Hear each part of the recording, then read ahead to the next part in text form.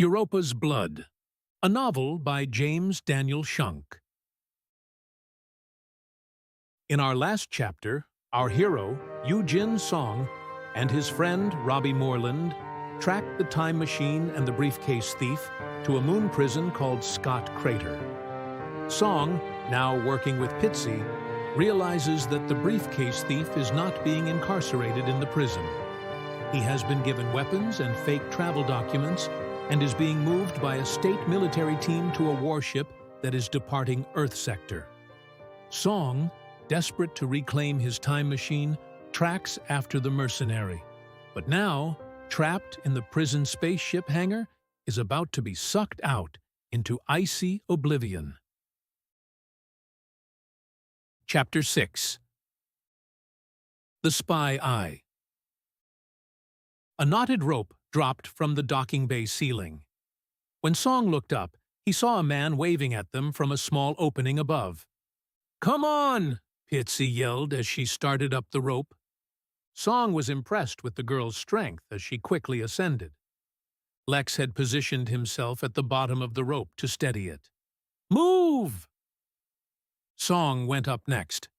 At the halfway point, he had to stop to catch his breath. Moreland was close behind. "Go!" Feeling weak, Song continued climbing more slowly than before. It was a climb he figured he should have been able to make quickly. Soon, a stranger with a firm grip helped him through at the top. Song heard the klaxon. He guessed they only had a couple of short moments left to live. Once the seal on the docking bay doors cracked, they would all be sucked into icy oblivion. He looked over as his panting friend was pulled up through the round hatch, and then, moments later, Lex was through.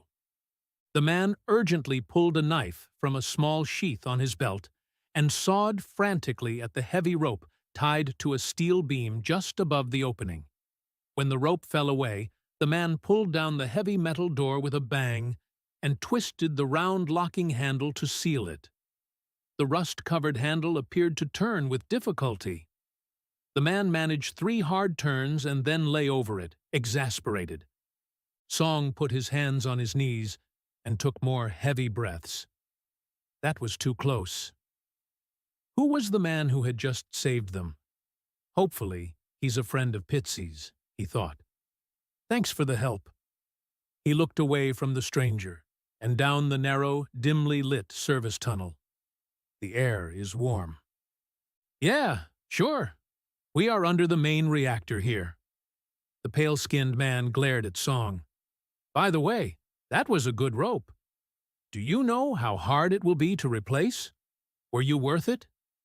His dark brown hair was in disarray, and his forehead was crunched into a cluster of lines. He wore tattered clothes and was unshaven. You should have climbed faster. You could have killed us all. Song looked over at Moreland, who looked back at him blankly. "Let's move," the man said. When he turned, he whispered into his watch device. Song wondered with suspicion what the man had said. After an eventless 15-minute hike through a labyrinth of service corridors, they went through another metal hatch onto the ground floor of an airy silo. Song had noticed the temperature had drastically dropped during the walk. Song felt cold again. He put the back of his hand over his nose. The smell of sewage almost overwhelmed him.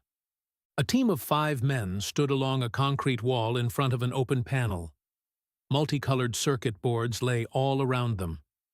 Below their feet, metal grates covered pools of dark liquid.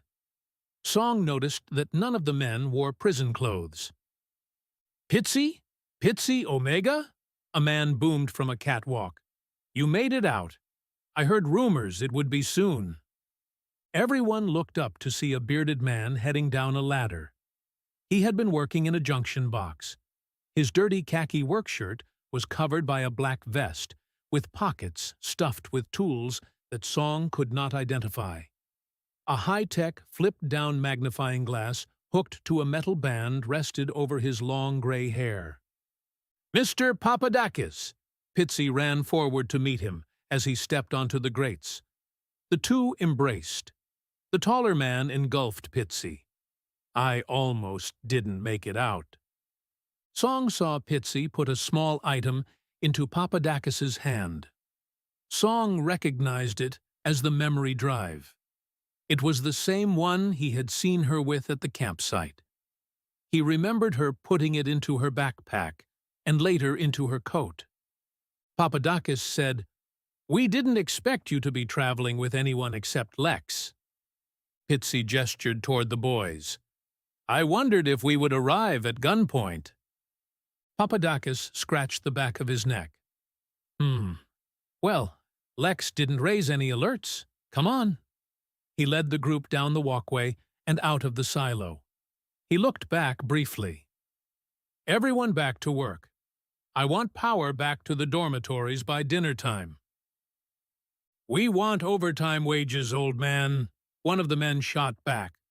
Papadakis laughed as he turned his attention back to Pitzy. "I knew you had run into an issue during the mission. I feared the worst." The whole thing became very complex.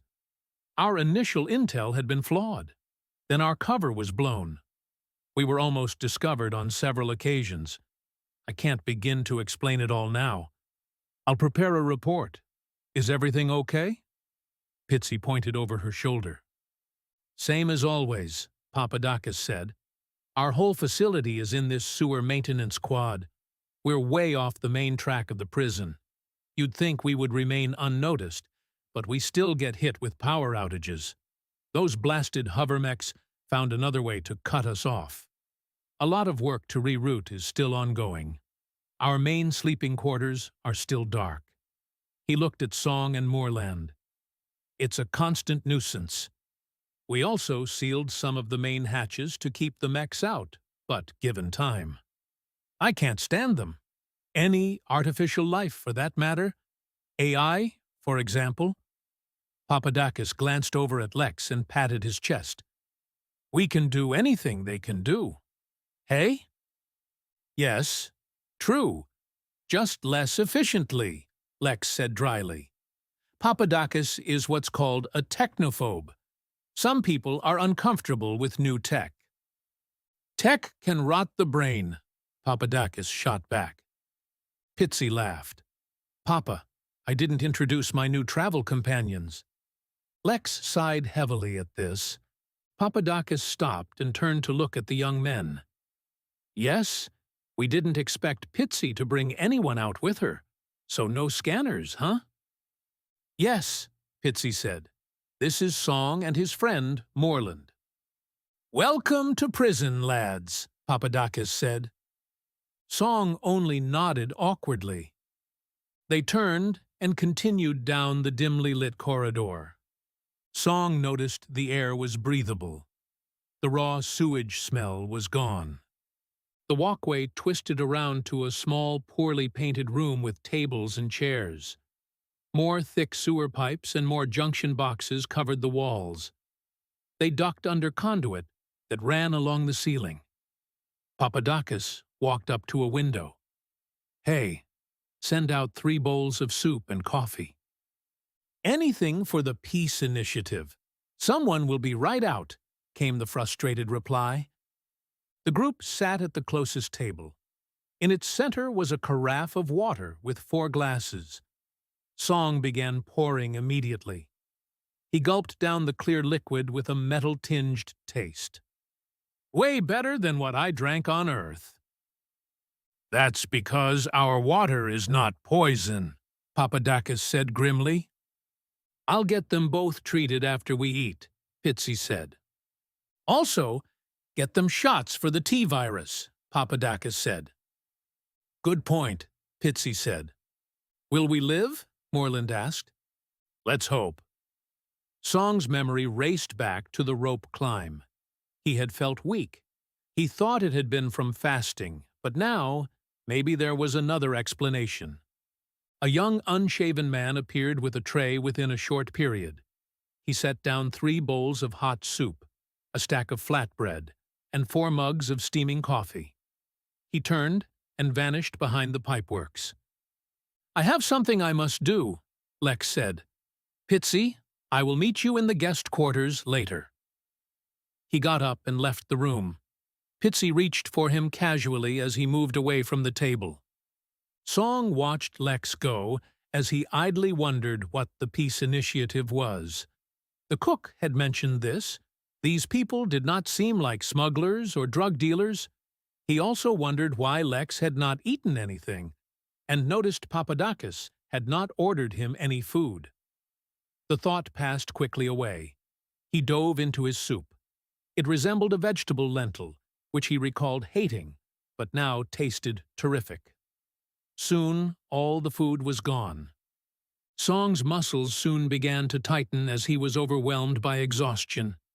He grabbed his mug of coffee with both hands, holding it close to his face, and sipped slowly. He let the hot mist roll up around his nose. The coffee tasted bitter, but he loved it. At one point, he looked up to see Papadakis sitting quietly, studying the screen of a small handheld computer he had pulled from a pocket on his vest. He periodically pressed on the screen. In the center of the table sat a yellow plastic potted flower. Its beauty seemed to contrast its ugly, dark, and dirty surroundings. "We need to get some rest," Pitzy said to Papadakis as she drank the last of her coffee. "Well, the visitor's cell is ready. I had the detail officer make it up for you already. The power is still on in that block. However, it's still early. You can retire or visit the lounge if you like." Pitzy looked at the broad square face of her wristwatch. "We have a lot to discuss, but I need rest. How about 0500 for a debrief?" "Fine. Will you be joining us for dinner?" "I don't think so," Pitzy said. She looked at Song. "No, I need to sleep." He did not give the matter much thought. "Where is my mind?" "Oh, and by the way," Pitzy said with urgency, "we need to put surveillance on the man who got off the shuttle with us. Currently, he is with a state team and a war machine." "Don't worry," Papadakis said. "Already been done." They all got up from the table. Pitzy hugged Papadakis, stood on her toes, and kissed his cheek. "See you bright and early," Papadakis said. Song, Moreland, and Pitzy walked back into the service tunnel and down the dark corridor. It only took them a few minutes to find the med unit, a converted tool shed. The on-duty med tech gave both Song and Moreland 2 shots in the arm. They were in a small, poorly painted cabin with 2 bunk beds a few minutes later. Rust was pushing through the gray paint on the walls. One bunk held an old duffel bag with the stenciled name P Omega. Pitzy grabbed the bag and walked into a lavatory. Song could hear the shower run. He sat down on the lower bunk. He could not believe how time-worn the room was. These people seemed to have a culture that reused, repainted, rebuilt, and recycled. Nothing was new. He felt the stained, lumpy pillow and wondered if he would get lice from it. How do these people live like this? Moreland seemed less concerned with the accommodations. He climbed onto the upper bunk and spread the gray wool blanket over himself. "Hey." "What?" his friend mumbled sleepily. "I don't trust these people. How do you suppose they just happened to be on the same shuttle when we left Earth? What are the odds? Maybe they want the time machine for themselves. They could use it as a weapon. It could be that Lex's paranoia about us is deception." Moreland was falling asleep and could barely talk now. "Pitzy and Lex didn't know about the time machine until I told them on the shuttle. And the whole good cop, bad cop thing is just a crude interrogation method. I don't think they had been tracking us. I think it's just a dumb coincidence." "You're probably right. You did tell them about the time machine. I forgot about that. Still. Let's discuss that later. I can't think right now. I need rest." Moreland yawned. "But Jin, they know about the time machine now." "Yeah," Song said. And the key, he thought to himself. I'm probably not thinking clearly either. Let's discuss it later, but I don't trust them. Shortly after, Song looked up to see Pitzy exit the bathroom. She had changed into black cargo pants and a worn olive-colored thermal top. Her hair was wrapped in a dingy white towel. Pitzy walked up and opened her hand to reveal 2 black pills. Take one. She placed the 2 capsules into his hand. This is to help the space lag. Give the other one to your friend. He's already asleep. Give it to him later. He will need it. Trust me. Thanks. Song put one of the pills into his mouth and swallowed. A small computerized signature transmitter would slowly float through his system over the next 6 hours, starting in the stomach and finally into his digestive tract, where it would permanently secure itself to the wall of his small intestine. Pitzy turned, pulled the towel from her hair, and hung it on the bed rail while she lay down on the lower bunk opposite Song. He thought she looked better with a clean face. She had freckles. Her pale cheeks made her green eyes radiate with color. Her freshly washed hair smelled like vanilla. "Lights out," Pitzy said. The room was suddenly dark. Song lay down, pulling the tattered and scratchy blanket over his body. He yawned. My shower can wait. Moments later, he fell into a restless sleep. Song stirred back and forth on his cot and awoke startled. Cold sweat covered his face and chest. How long had he been sleeping? He heard Pitzy and Lex arguing. Song saw them now in the dimly lit corridor. We need to talk, Pitzy. Let's move down the hall. Relax. They're both out cold. The DM wants us to babysit the 2 kids, Lex said. She agrees with your recommendation. Stow the sarcasm, Lex. They are my age. Well, anyway, that's beside the point. This is a bad idea. They still could be state agents. State agents? Pitzy was shaking her head. I highly doubt it. But even if they are, it is better to keep your enemies close. I'm not sure you see this one clearly. Pitzy slapped Lex on the arm. What does that mean? What could impair my judgment? His unmoving stare told the tale. The defense minister has left it up to you. If there is any truth to their story about a time machine, we must investigate. If such technology, working technology, ever fell into the hands of the state, it could be disastrous. I just have to ask, why do you believe in this story of a time machine? Lex asked. You are making me really mad. The danger is too great a risk not to believe. Pitzy crossed her arms. I sincerely hope the state cannot use it. Song said he had the key, but the state may find a way to circumvent this issue. That's if it exists. If it doesn't, Song is a spy. We should have just grabbed the briefcase when it came off the shuttle. The whole matter would be resolved. Lex pointed in Pitzy's face with his index finger. His eyes narrowed in anger. If you think about it, Song's story is an ingenious tactic to infiltrate us. Look how much we have exposed him to already. Pitzy frowned. We will proceed cautiously. Bringing them with us is not proceeding cautiously, Lex said. Need I remind you about our real mission? The state invasion of Europa is more important than this time machine. Without Europa, the Outworlds will have little reason to hope. No, you don't, and I want to remind you that the invasion of Europa is only a rumor at this point, Pitzy said. And I'm sure you, with your infinite processing power, can realize the potential danger in the state having a time machine. They could go back in time and, with surgical accuracy, remove us all. Yes, of course, Lex said. But Europa, Pitzy, all the work we have done. We risked our lives on Earth to find information about the state's plans. We will stay our course. We have our orders, Pitzy said, and we can keep Song and Moreland with us to learn all that they know. I don't trust them, Lex said. We should leave them here. This is a prison after all. Your concerns have been duly noted. I think you're just jealous. Look, I need to get some sleep.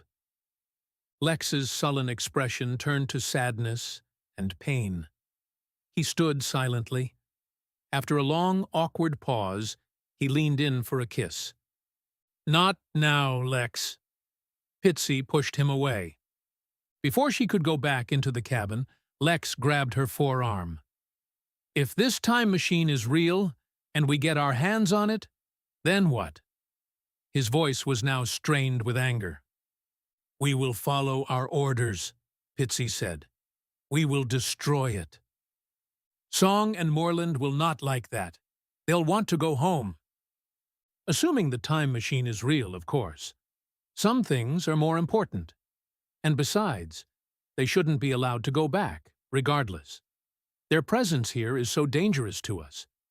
It could change our present if they return to the past and say anything out of the ordinary. Good night, Lex. Did you give them the little magic pills? Yes, Pitzy said, looking down at the floor. We will be able to track them now. However, this is only a safety precaution. I don't want them leaving my sight. Song closed his eyes as Pitzy walked back into the cabin. The door swung shut. He heard her climb back into the bunk with a sigh as Lex passed down the hall. Before he could fall asleep, the door burst open, and the light blazed on. Song looked over and saw a winded Papadakis standing there. The Merc is on the move. Meet me in the command center. ASAP. The group soon walked into the command center, Song and Moreland with wet hair from the quick ice-cold showers. The room was small with computer consoles along one wall. 2 people were seated there. Papadakis leaned over a centrally located, illuminated computerized touch-screen table beside Lex. Papadakis waved. Oh, Pitzy, come in, come in. We have something of interest on our scanners. A ship has come in close to the moon. We believe the Merc is going to be moved. What ship is it? Pitzy asked. I don't know, Papadakis said. It doesn't match any of our database specs, unless... Unless what? Song asked. Unless it's a new class of ship. The only thing is, it's bigger than anything we have on file. Well, the signature is state, isn't it? Pitzy asked. Yes, but... Papadakis straightened his back, stretching it. He moaned slightly. This ship is different than other state ships. It's larger than any A-class Atlas. What are their plans for this Merc? He scratched his head. It has to be something to do with Europa, Lex said. Song wondered if the Europa Lex was talking about was the moon of Jupiter. He recalled hearing Pitzy and Lex talk about it earlier. One of the men at a side console looked over. I have the DM. Put it up on the big screen, Papadakis said. The round face of Defense Minister Beautifico Cathini appeared. Her bright red lipstick further enhanced her collagen-injected lips. Her eyelids had a bright blue highlight. Okay, I need more put-through. Senior officials are asking me why some of my agents have not yet recovered the special object. You are lucky I don't just fire all of you. Yeah? You can dig ditches, for all I care. Hold on a second, Papadakis started to say. So now I get a call from the PM himself. Cathini sucked air through her teeth. He says to me, why is focus solely on this Europa invasion? We also have to recover the special object. That's right. He called it the special object. Pitzy unconsciously pushed imaginary hair over her ear as her hair was now pulled back into a ponytail. Her voice was already loud with hints of defensiveness. I reported in the brief that the special object is a... The DM would not slow down. Do you know that I have been fighting for you? That everyone wants to dissolve this PI thing? I was told that anyone could do what you do. Yeah? So what do I say? I always say the same thing. I believe this division shows promise. I agree that you are all underachieving, but I keep on with the same language. The narrative has to remain positive. However, repeatedly, something keeps getting put in my face. The military intelligence folks from the Bullseye also engage the enemy. They don't simply listen in on hacked channels, but they go out and actually do stuff. Pitzy felt the rage boil in her stomach. We went to Earth and... You went to Earth and underachieved. How long did it take you to bring back fragments? The DM had one more point to make. I don't want any more excuses. I can't keep this PI thing going without some cooperation from my agents. You would all be part of a deep space cargo crew without me. Do you know I went to Oxford? Pitzy heard this almost every time she talked to the DM. And that is the Oxford. You know, the one on Earth. Few get such a privilege.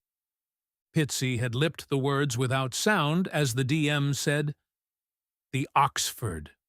She finished the mocking gesture with a roll of her eyes. I saw that, Missy, Cathene said. Papadakis felt a break in the conversation. DM, I have already. Listen very closely to what I am about to say.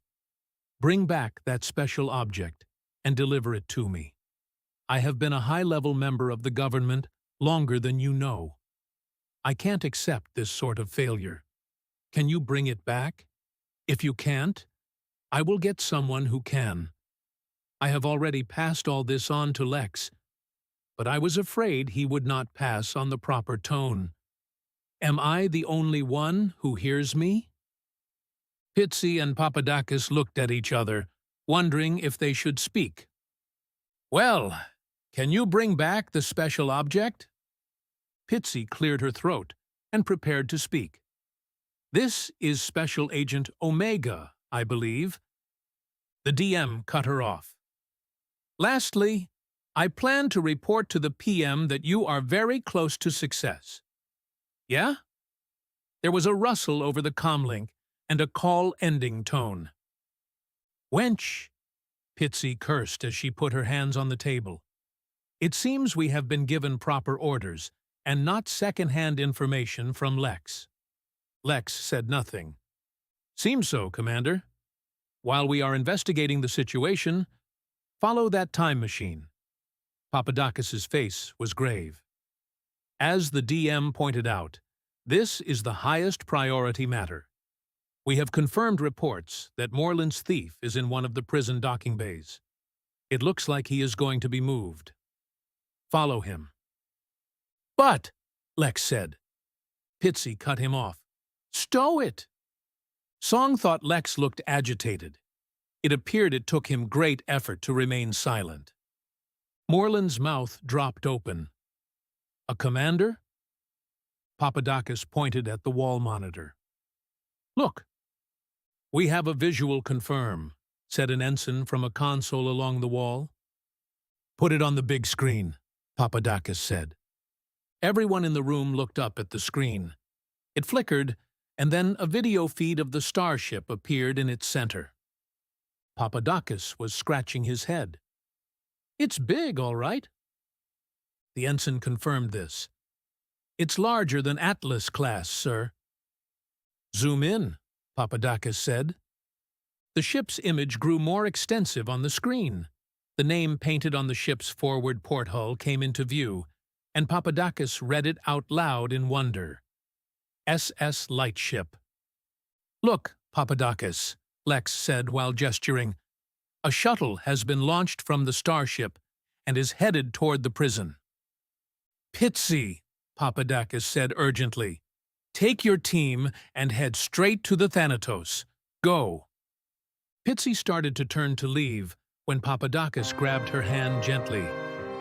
And, Commander, he said softly, good luck. She smiled and kissed the older man on the cheek